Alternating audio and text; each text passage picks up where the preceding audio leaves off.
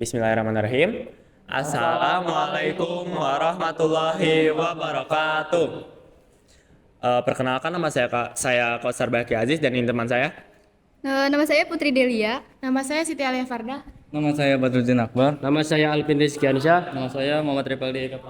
Oke, di sini kita bakal mempresentasikan Banten melawan VOC. Yang pertama boleh latar belakangnya dulu.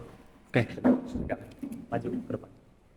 Saya akan menjelaskan latar belakang timbulnya perlawanan Kesultanan Banten terhadap VOC. Latar belakang timbulnya perlawanan Kesultanan Banten terhadap VOC adalah persaingan antara Banten dan VOC dalam memperebutkan posisi sebagai bandar perdagangan internasional yang paling strategis. VOC ingin menguasai Banten karena posisinya strategis sebagai bandar perdagangan. Hal ini memicu serangkaian konflik dan persaingan, termasuk upaya Sultan Ageng Tirtayasa untuk memulihkan posisi Banten sebagai bandar perdagangan internasional dan mengganggu keberhasilan VOC di Batavia. Pada akhirnya, hasutan dari pihak VOC kepada Sultan Haji memicu perjanjian yang mengakibatkan VOC berhasil merebut Kesultanan Banten pada tahun 1681. Politik yang terjadi yaitu adalah adu domba. Nah, awal-awalnya itu peran Chief, seorang perwakilan VOC di Banten yang mendekati Sultan Haji untuk memicu perpecahan di antara kedua keluarga kerajaan Banten. Dia menghasut Sultan Haji agar tidak memisahkan urusan pemerintah dan berusaha menjauhkan kekuasaan dari Pangeran Arya Purbaya. Hasutan ini membuat Sultan Haji mencurigai ayah dan saudaranya sendiri. Akibatnya, Sultan Haji bersekongkol dengan VOC untuk memperebut tahta Kesultanan Banten. Ini adalah contoh manipulasi politik yang dimanfaatkan oleh VOC untuk mencapai tujuannya dalam memperluas pengaruhnya di wilayah tersebut.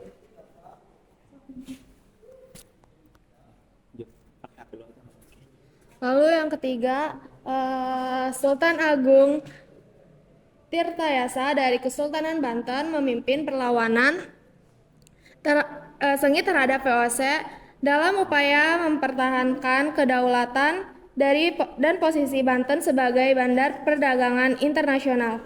Dia mengambil berbagai langkah untuk menghadapi VOC. Yang pertama ada membangun hubungan dagang. Sultan Agung menjalani hubungan dagang dengan negara-negara seperti Inggris, Prancis, Denmark, dan Portugis, serta negara Asia seperti Persia, Benggala, Siam, Tonkin, dan Cina. Ini bertujuan untuk mengurangi ketergangguan Banten pada VOC. Yang kedua ada mengganggu kapal VOC. Sultan Ageng mengirim pasukan untuk mengganggu kapal dagang VOC dan membuat ganggu di Batavia. Upaya ini dimaksudkan untuk melemahkan VOC secara ekonomi. Yang ketiga ada perusakan terhadap kebun VOC.